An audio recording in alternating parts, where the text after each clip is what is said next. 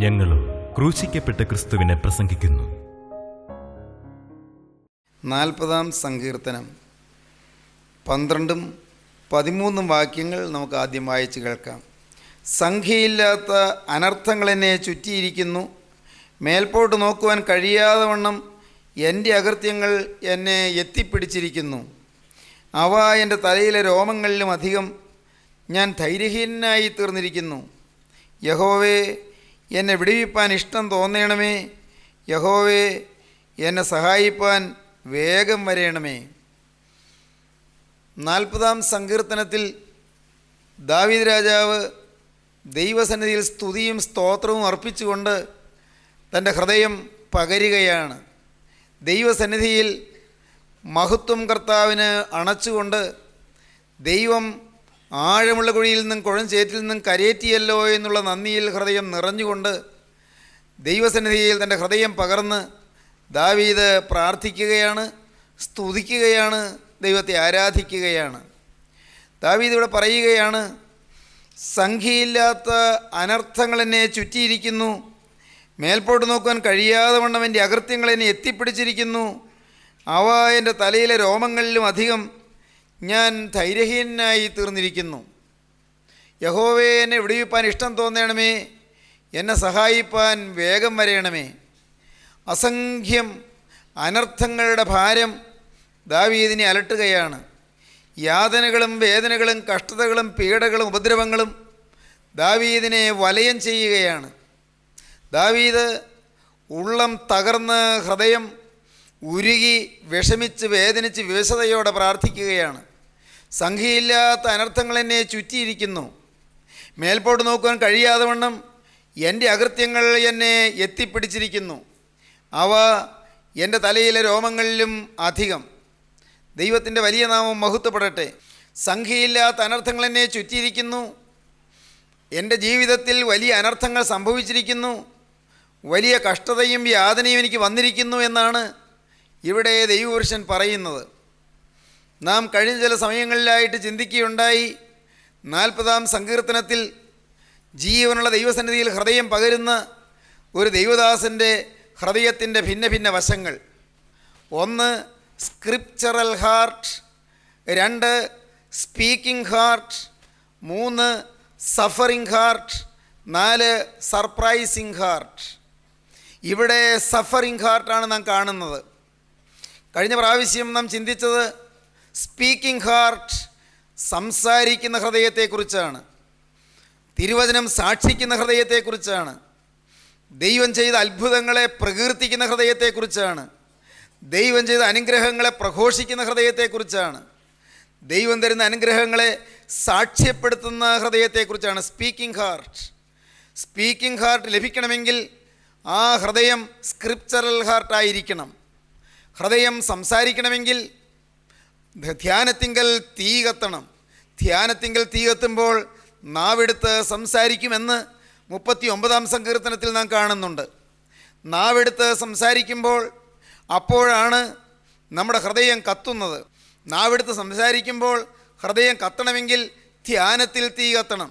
ധ്യാനത്തിൽ തീ കത്തണമെങ്കിൽ അവിടെ വചനം നിറയണം. കാരണം വചനം തീയാണ്, വചനം അഗ്നിയാണ്. സ്ക്രിപ്ചറൽ ഹാർട്ട്, തീയാകുന്ന വചനം ഹൃദയത്തിൽ തിങ്ങണം. തീയാകുന്ന വചനം ഹൃദയത്തിൽ ജ്വലിക്കണം.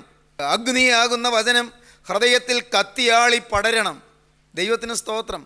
അതൊരു മധുര അനുഭവമാണ്. അതത്യന്തം മധുരമായൊരു അനുഭൂതിയാണ്. വചനം ഉള്ളത്തിൽ കത്തിക്കൊണ്ടിരിക്കുക, സ്ക്രിപ്ചറൽ ഹാർട്ട്. പോരാ, ആ വചനം ഉള്ളത്തിൽ കത്തുമ്പോൾ അത് സ്പീക്കിംഗ് ഹാർട്ടായി മാറും.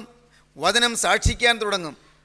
തീ കത്തുന്ന അനുഭവത്തിൽ ഹൃദയം വചനത്താൽ നിറയുമ്പോൾ വചനം സംസാരിക്കാൻ തുടങ്ങും, വചനം സാക്ഷിക്കാൻ തുടങ്ങും. അത് കഴിഞ്ഞ പ്രാവശ്യം നാം ചിന്തിച്ചതാണ്. ഇന്ന് നാം ചിന്തിക്കുന്നത് 3-ാമത്തെ അവസ്ഥയാണ്. ആ അവസ്ഥ എന്താണ്? അത് സഫറിംഗ് ഹാർട്ടാണ്. വചനം പറയുന്നുണ്ട്, വചനം ഹൃദയത്തിൽ നിറയുന്നുണ്ട്, വചനം സാക്ഷിക്കുന്നുണ്ട്. പക്ഷേ ഹൃദയം സഫറിംഗ് ആണ്. പേടി അനുഭവിക്കുന്ന ഹൃദയം, ദുരിതം പേറുന്ന ഹൃദയം, യാതന വഹിക്കുന്ന ഹൃദയം, ക്ലേശങ്ങളിലും പ്രശ്നങ്ങളിലും തട്ടി ഉലയുന്നതായ ഹൃദയം, വലയുന്ന ഹൃദയം. ദൈവജനമേ, ഇന്ന് നിങ്ങൾ ഈ വാക്കുകളെ കേൾക്കുമ്പോൾ നിങ്ങളിൽ അനേകരുടെ ഹൃദയം ഉലഞ്ഞുകൊണ്ടിരിക്കുകയാണ്. അനേകരുടെ ഹൃദയം പീഡയാൽ വലഞ്ഞുകൊണ്ടിരിക്കുകയാണ്.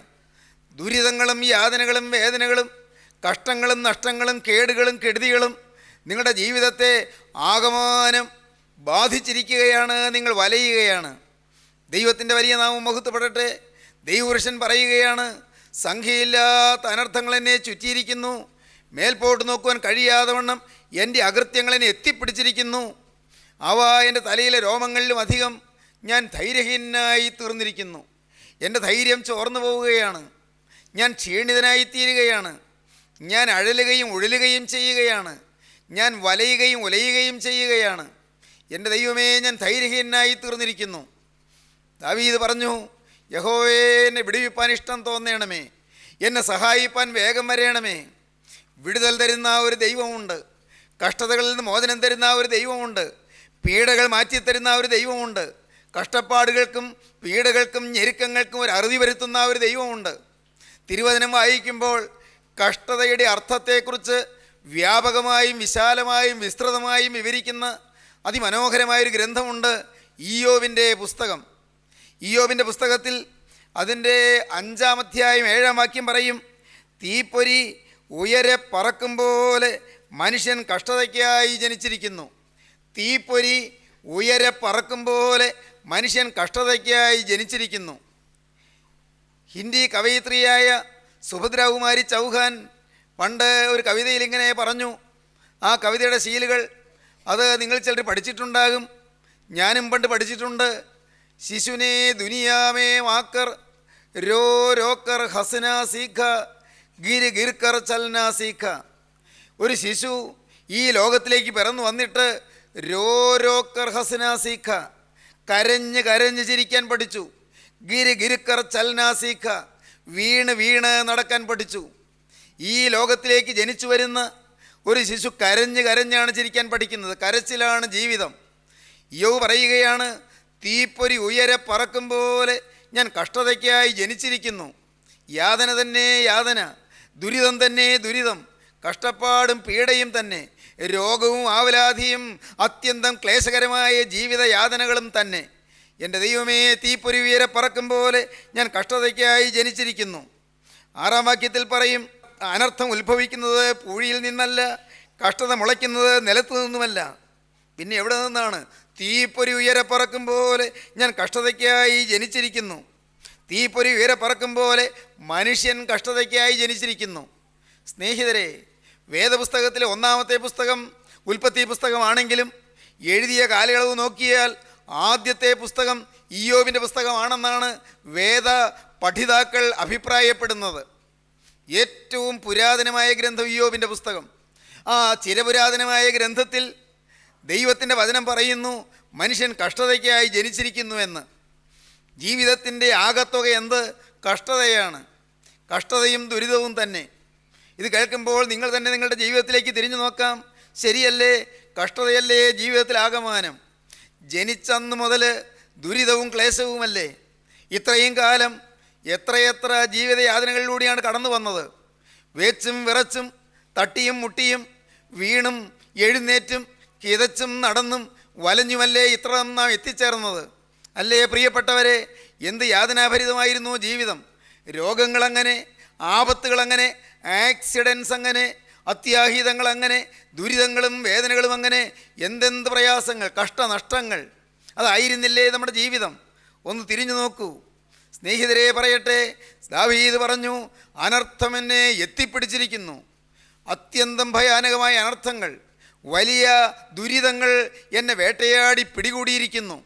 ദൈവത്തിന് സ്തോത്രം. സഫറിങ് ഹാർട്ട്, സഫർ ചെയ്യുകയാണ്, പീഡ അനുഭവിക്കുകയാണ്, കഷ്ടത അനുഭവിക്കുകയാണ്. സഫറിങ് ഹാർട്ട്, കഷ്ടതയും ദുരിതവും അനുഭവിക്കുന്ന ഈ ഒരു ഹൃദയത്തിൻ്റെ ഉൾത്തേങ്ങലുകൾ, ഹൃദയത്തിൻ്റെ വിതുമ്പിക്കരച്ചിലുകൾ, ഹൃദയത്തിൻ്റെ വിങ്ങി വിതുമ്പലുകൾ. പ്രിയപ്പെട്ടവരെ, ഇന്ന് നിങ്ങൾ ഈ വാക്കുകളെ കേൾക്കുമ്പോൾ നിങ്ങളുടെ ഹൃദയത്തിലേക്ക് നോക്കൂ. അല്ലേ, നിങ്ങളുടെ ഹൃദയം വിതുമ്പുന്നില്ലേ? നിങ്ങളുടെ ഹൃദയം വിങ്ങി വിതുമ്പുന്നില്ലേ? നിങ്ങളുടെ ഹൃദയം ഏങ്ങലടിക്കുന്നില്ലേ? നിങ്ങളുടെ ഹൃദയം നിഗൂഢമായി നെടുവീർപ്പിടുന്നില്ലേ? ശരി, ജീവിതത്തിൽ കഷ്ടതയുണ്ട്. ഇയ്യോബിൻ്റെ പുസ്തകത്തിൽ അതാണ് കാണുന്നത്. ഇയ്യോബിൻ്റെ പുസ്തകത്തിൽ നാം കാണുന്നത് എന്താണ്? ദുരിതത്തിൻ്റെ മേൽ ദുരിതം. ഇയ്യോബിനെക്കുറിച്ച് പറഞ്ഞു തുടങ്ങുന്നത് ഊസ് ദേശത്ത് ഇയ്യോബ് എന്നു പേരുള്ള ഒരു പുരുഷനുണ്ടായിരുന്നു. ഒരു ദേശത്ത് ഒരാളുടെ കാര്യം തിരുവചനം എടുത്തു പറയുക, എന്തൊരു പദവിയാണത്. ഊസ് ദേശത്ത് ഇയ്യോബ് എന്നു പേരുള്ള ഒരു പുരുഷനുണ്ടായിരുന്നു. തിരുവചനത്തിൽ ആ ഒരു പുരുഷനെക്കുറിച്ചാണ് പറയുന്നത്. എന്താണ് കാരണം? കഷ്ടത സഹിക്കുന്ന ദൈവവൈതലിനെക്കുറിച്ച് തിരുവചനം സാക്ഷ്യപ്പെടുത്തുകയാണ്. സ്നേഹിതരെ, കഷ്ടത നിങ്ങൾ സഹിക്കുമ്പോൾ സ്വർഗം നിങ്ങളെ പരിഗണിക്കുകയാണ്. കഷ്ടപ്പാടും ദുരിതവുമായി നിങ്ങൾ അഴന്ന് വലയുമ്പോൾ സ്വർഗം നിങ്ങളെ പ്രത്യേകം നിരീക്ഷിക്കുകയാണ്, കാണുകയാണ്. വാത്സല്യ തികവോടെ അനുകമ്പാർദ്രമായ ദൈവത്തിൻ്റെ അനന്തമോഹനമായ സ്നേഹം നിങ്ങളെ തേടിയെത്തുകയാണ്. ദൈവത്തിൻ്റെ വലിയ നാമം മഹത്വപ്പെടട്ടെ. എന്താണ് നാം കാണുന്നത്? ഇയ്യോബ് ദൈവഭക്തനായിരുന്നു, ഇയ്യോബ് നേരുള്ളവനായിരുന്നു, ഇയ്യോബ് നിഷ്കളങ്കനായിരുന്നു, ഇയ്യോബ് ദോഷം വിട്ടകലുന്നവനായിരുന്നു എന്ന് 4 വിശേഷണങ്ങൾ ഇയ്യോബിനെക്കുറിച്ച് 1-ാം അധ്യായം ആദ്യത്തെ വാക്യങ്ങളിൽ നാം കാണുന്നുണ്ട്. എന്നാൽ ഇയ്യോബിനെക്കുറിച്ച് പിശാചിന് അസൂയയായി. 7 ആൺമക്കളുണ്ട്, 3 പെൺമക്കളുണ്ട്, ധാരാളം നിലം പുരയിടങ്ങളുണ്ട്, ധാരാളം കന്നുകാലി സമ്പത്തുണ്ട്, ധാരാളം ദാസന്മാരുണ്ട്. സർവ്വപൂർവ്വ ദിഗ്വാസികളിലും അത്യന്തം ധനസമൃദ്ധിയിൽ ഉയർന്നവനായിരുന്നു ഇയ്യോബ്. അങ്ങനെയാണ് തിരുവചനം പറയുന്നത്. എല്ലാം തികഞ്ഞു, പിശാചിന് അസൂയയായി. സമൃദ്ധിയിലും സന്തോഷത്തിലും ഐശ്വര്യത്തിലും ഒരു കുടുംബം വന്നാൽ ശത്രുവിന് അസൂയയാണ്. ആരുടെയെങ്കിലും ജീവിതത്തിൽ അനുഗ്രഹം ഉണ്ടായാൽ ശത്രുവായ പൈശാചിന് സഹിക്കുകയില്ല. പ്രിയപ്പെട്ടവരെ, നിങ്ങളുടെ ജീവിതത്തിൽ അനർത്ഥം വരുത്തുന്നത് പിശാചാണ്, ദുരിതം കൊണ്ടുവരുന്നത് സാത്താനാണ്. നിങ്ങൾക്ക് എന്തെങ്കിലും നന്മ അനുഭവിക്കാൻ നിങ്ങൾക്ക് ഭാഗ്യം ലഭിക്കുമ്പോൾ നിങ്ങളെ തകർക്കാൻ പിശാച് വരും, നിങ്ങളെ ഉപദ്രവിക്കാൻ പിശാച് വരും, നിങ്ങളെ നശിപ്പിക്കാൻ പിശാച് വരും, നിങ്ങളെ തകർത്തു വാരുവാൻ പിശാച് വരും. പ്രിയപ്പെട്ടവരെ, ഇയ്യോബിനെ തകർക്കാൻ പിശാച് ഉദ്യമിച്ചു. പിശാച് ദൈവസന്നിധിയിലേക്ക് കടന്നു ചെന്നു. ഇയ്യോബിനെ കുറ്റം ചുമത്തുവാനായിട്ടാണ് കടന്നു ചെല്ലുന്നത്. ഒരു ദൈവദാസന് അപവാദം വരുത്താൻ പിശാച് ആഗ്രഹിക്കുന്നു. ദൈവഭക്തനും ദോഷം വിട്ട് അകലുന്നവനും നേരുള്ളവനും ഭക്തനുമായ ഒരു ദൈവദാസനിൽ ദോഷം നിരൂപിച്ചുകൊണ്ട് അപവാദി കുറ്റം ചുമത്തുവാൻ അടുത്തു വരികയാണ്. ദൈവം പറഞ്ഞു, സാത്താനേ, നീ എവിടെ നിന്ന് വരുന്നു? ഞാൻ ഭൂമിയിൽ ഓടാടി സഞ്ചരിച്ചു വരുന്നു. എൻ്റെ ദാസൻ ഇയ്യോബിൻ്റെ മേൽ നീ ദൃഷ്ടി വെച്ചുവോ? ഉടനെ സാത്താൻ പറഞ്ഞു, അവൻ ദൈവഭക്തനായിരിക്കുന്നതിന് എന്താണ് അത്ഭുതം? അവൻ എന്തിനാ കുറവ്? സമ്പത്തുണ്ട്, മക്കളുണ്ട്, ആണിന് ആണുണ്ട്, പെണ്ണിന് പെണ്ണുണ്ട്, മക്കൾ ആൺമക്കളും പെൺമക്കളുമുണ്ട്, സമ്പത്തുണ്ട്, നല്ല ആരോഗ്യമുണ്ട്, വലിയ വലിയ ധനസമൃദ്ധിയിൽ ഐശ്വര്യ തികവിൽ ആനന്ദിച്ച് വളരെ സന്തോഷത്തോടെ കഴിയുന്നു. അവന് സ്തുതിക്കരുതോ? അവന് പ്രാർത്ഥിക്കരുതോ? അവന് ദൈവഭക്തനായിരിക്കരുതോ? എന്തിനാ കേടുള്ളത്? ദൈവത്തിന് സ്തോത്രം. ദൈവം പറഞ്ഞു, ശരി, അവൻ്റെ സമ്പത്തിൽ നീ കൈവച്ചുകൊള്ളൂ. സമ്മതിച്ചിരിക്കുന്നു, ഭാഗ്യം. ഉടയമ്പുരാൻ സമ്മതിക്കാതെ പിശാച് തൊടുകയില്ല. ദൈവത്തിന് സ്തോത്രം. സ്വർഗത്തിലെ ദൈവം അനുവദിക്കാതെ പിശാചിനെ തൊടാൻ ഒക്കുകയില്ല. സമ്മതിച്ചിരിക്കുന്നു, തൊട്ടുകൊള്ളൂ. പക്ഷേ അവൻ്റെ മേൽ കൈവയ്ക്കരുത്. സമ്പത്തിൽ കൈവച്ചുകൊള്ളൂ, പക്ഷേ അവൻ്റെ മേൽ കൈവയ്ക്കരുത്. ദൈവത്തിൻ്റെ വലിയ നാമം മഹത്വപ്പെടട്ടെ. സ്നേഹിതരെ, പിശാച് ചെന്നു, സാത്താൻ ചെന്നു, വലിയ ഉപദ്രവങ്ങൾ തുടരുകയാണ്. നാം വായിക്കുന്നു, 1-ാം അധ്യായത്തിൽ നാം കാണുന്നത് അങ്ങനെയാണ്. വലിയ വീഞ്ഞു കുടിച്ച് ഇയ്യോബിൻ്റെ പുത്രന്മാരും പുത്രിമാരും മൂത്ത ജ്യേഷ്ഠൻ്റെ വീട്ടിൽ തിന്നുകയും വീഞ്ഞു കുടിക്കുകയും ചെയ്തുകൊണ്ടിരിക്കുമ്പോൾ ഒരു ദൂതനവൻ്റെ അടുക്കൽ വന്നു. കാളകളെ പൂട്ടുകയും പെൺകഴുതുകളെറിയെ മേഞ്ഞുകൊണ്ടിരിക്കുകയുമായിരുന്നു. പെട്ടെന്ന് ശബായർ വന്നവയെ പിടിച്ചുകൊണ്ടുപോകുകയും വേലക്കാരെ വാളിൻ്റെ വായത്തിലാൽ വെട്ടിക്കൊല്ലുകയും ചെയ്തു. വിവരം നിന്നെ അറിയിപ്പാൻ ഞാൻ ഒരുത്തൻ മാത്രം വഴുതിപ്പോന്നു എന്ന് പറഞ്ഞു. അവൻ സംസാരിച്ചു കൊണ്ടിരിക്കുമ്പോൾ തന്നെ വേറൊരുത്തൻ വന്നു. ദൈവത്തിന് തീ ആകാശത്ത് നിന്ന് വീണ് കത്തി, ആടുകളും വേലക്കാരും അതിനിരയായിപ്പോയി. വിവരം നിന്നെ അറിയിപ്പാൻ ഞാൻ ഒരുത്തൻ മാത്രം വഴുതിപ്പോന്നു എന്ന് പറഞ്ഞു. അവൻ സംസാരിച്ചു കൊണ്ടിരിക്കുമ്പോൾ തന്നെ മറ്റൊരുത്തൻ വന്നു. പെട്ടെന്ന് കൽദയർ 3 കൂട്ടമായി വന്നു. ഒട്ടകങ്ങളെ പിടിച്ചുകൊണ്ടുപോവുകയും വേലക്കാർ വാളിൻ്റെ വയത്തിലാൽ വെട്ടിക്കൊല്ലുകയും ചെയ്തു. വിവരം നിന്നെ അറിയിപ്പാൻ ഞാൻ ഒരുത്തൻ മാത്രം വഴുതിപ്പോന്നു എന്ന് പറഞ്ഞു. അവൻ സംസാരിച്ചു കൊണ്ടിരിക്കുമ്പോൾ മറ്റൊരുത്തൻ വന്നു. നിന്റെ പുത്രന്മാരും പുത്രിമാരും മൂത്ത ജ്യേഷ്ഠൻ്റെ വീട്ടിൽ തിന്നുകയും വീഞ്ഞു കുടിക്കുകയും ചെയ്തുകൊണ്ടിരുന്നു. പെട്ടെന്ന് മരുഭൂമിയിൽ നിന്നൊരു കൊടുങ്കാറ്റ് വന്ന് വീട്ടിൻ്റെ 4 മൂലയ്ക്കും അടിച്ചു. അത് യൗവനക്കാരുടെ മേൽ വീണു, അവർ മരിച്ചുപോയി. വിവരം നിന്നെ അറിയിപ്പാൻ ഞാൻ ഒരുത്തൻ മാത്രം വഴുതിപ്പോന്നു എന്ന് പറഞ്ഞു. സമ്പത്ത് നശിക്കുന്നു, വേലക്കാർ നശിക്കുന്നു, ഒടുവിലിതാ മക്കൾ നശിക്കുന്നു. എല്ലാം തീരുന്നു. ഒന്നിനു മേലൊന്നായി അപകടങ്ങൾ, അടിക്കടി ദുരിതങ്ങൾ, അടിക്കടി ആപത്തുകൾ. ജീവിതം മുഴുവനും ദുരിതമയമായി പെട്ടെന്ന് മാറുകയാണ്. എത്ര പെട്ടെന്നാണ് ഈ കൊടുങ്കാറ്റടിക്കുന്നത്. സ്നേഹിതരെ, ഇന്ന് ഈ സമയത്ത് നിങ്ങൾ ശ്രദ്ധിക്കൂ. നിങ്ങളുടെ ജീവിതത്തിൽ കൊടുങ്കാറ്റടിക്കുന്നത്, നിങ്ങളുടെ ജീവിതത്തിൽ ദുരിതങ്ങൾ അനുഭവിക്കുന്നത്, അടിക്കടി ദുരിതങ്ങളിൽ നിങ്ങൾ വലയുന്നത് നിങ്ങളുടെ അനുഭവമല്ലയോ? എന്നാൽ ഒന്ന് ഞാൻ നിങ്ങളോട് പറയാം, ഇയ്യോബിൻ്റെ പുസ്തകത്തിൻ്റെ ഒടുവിലത്തെ ഭാഗത്തേക്ക് വരുമ്പോൾ ഇയ്യോബ് സന്തോഷ നിമഗ്നനായി ദൈവത്തെ തിരിച്ചറിഞ്ഞ് ദൈവത്തെ വാഴ്ത്തുന്ന ഒരു ഭാഗമുണ്ട്. കഷ്ടതയ്ക്ക് ഒരു അറുതിയുണ്ട്. എന്നും ദുഃഖ വെള്ളിയാഴ്ചയല്ല, ഒരു ഉയർപ്പ് ഞായറാഴ്ചയുണ്ട്. എപ്പോഴും ഇരുളല്ല, ഒരു പകലുണ്ട്. ദൈവത്തിൻ്റെ വലിയ നാമം മഹത്വപ്പെടട്ടെ. എപ്പോഴും കുന്നല്ല, ഒരു താഴ്വരയുണ്ട്. ദൈവത്തിൻ്റെ വലിയ നാമം മഹത്വപ്പെടട്ടെ. പ്രിയപ്പെട്ടവരെ, നിങ്ങൾ തളരരുത്. ഈ കഷ്ടതയ്ക്ക് ഒരു അറുതിയുണ്ട്. മകനെ, നീ അനുഭവിക്കുന്ന യാതനയ്ക്ക് ഒരു അവസാനമുണ്ട്. മകളെ, നീ അനുഭവിക്കുന്ന ദുരിതത്തിനൊരു അവസാനമുണ്ട്. ദൈവജനമേ, ഒന്നേ വേണ്ടൂ, ജീവനുള്ള ദൈവം നിൻ്റെ ഹൃദയത്തിലേക്ക് കടന്നു വന്നാൽ മതി. നിനക്കൊരു സുബോധം കിട്ടിയാൽ മതി. നിൻ്റെ ഉൾക്കണ്ണുകളൊന്ന് തുറന്നു കിട്ടിയാൽ മതി. ഉൾക്കണ്ണ് തുറന്നു കിട്ടുക, കഷ്ടപ്പാട് മാറുന്നത് നിങ്ങൾക്ക് അനുഭവിക്കാം. ദൈവതിരുനാമത്തിൻ്റെ മഹത്വം ഉണ്ടാകട്ടെ. സഹോദരീ സഹോദരങ്ങളെ, കഷ്ടപ്പാട് മാറ്റുന്ന ഒരു ദൈവമുണ്ട്. തീപ്പൊരി ഉയരെ പറക്കും പോലെ മനുഷ്യൻ കഷ്ടതയ്ക്കായി ജനിച്ചിരിക്കുന്നു. ഇയ്യോബിൻ്റെ കഷ്ടപ്പാടുകൾ ജീവനുള്ള ദൈവം മാറ്റി. ഇയ്യോബിൻ്റെ ദുരിതങ്ങൾ ജീവനുള്ള ദൈവം മാറ്റി. ഇയ്യോബിന് വന്ന ദുരിതങ്ങൾ നിസ്സാരങ്ങളല്ല. ആ ദുരിതങ്ങളുടെ പട്ടിക നമുക്ക് ഇനിയും ചിന്തിക്കാം. ഇനിയും അവസരം ലഭിക്കുമ്പോൾ ചിന്തിക്കാം. ഒന്ന് മാത്രം നിങ്ങളോട് പറയട്ടെ, നമ്മിൽ വെളിപ്പെടുവാനുള്ള തേജസ് വിചാരിച്ചാൽ ഈ കാലത്തിലെ കഷ്ടങ്ങൾ സാരമില്ല എന്ന് ഞാൻ എണ്ണുന്നു എന്ന അപ്പോസ്തലൻ പറഞ്ഞു. വലിയൊരു തേജസ് നമുക്ക് വേണ്ടി ഒരുക്കി വച്ചിരിക്കുന്നു. നിത്യ ജീവൻ്റെ തേജസ്, നിത്യ സ്വർഗ സൗഭാഗ്യത്തിൻ്റെ തേജസ്, നിത്യ ആനന്ദത്തിൻ്റെ തേജസ് നമുക്ക് വേണ്ടി ദൈവം ഒരുക്കി വെച്ചിരിക്കുന്നു. നമ്മിൽ വെളിപ്പെടുവാനുള്ള തേജസ് വിചാരിച്ചാൽ ഈ കാലത്തിലെ കഷ്ടങ്ങൾ സാരമില്ല എന്ന് ഞാൻ എണ്ണുന്നു.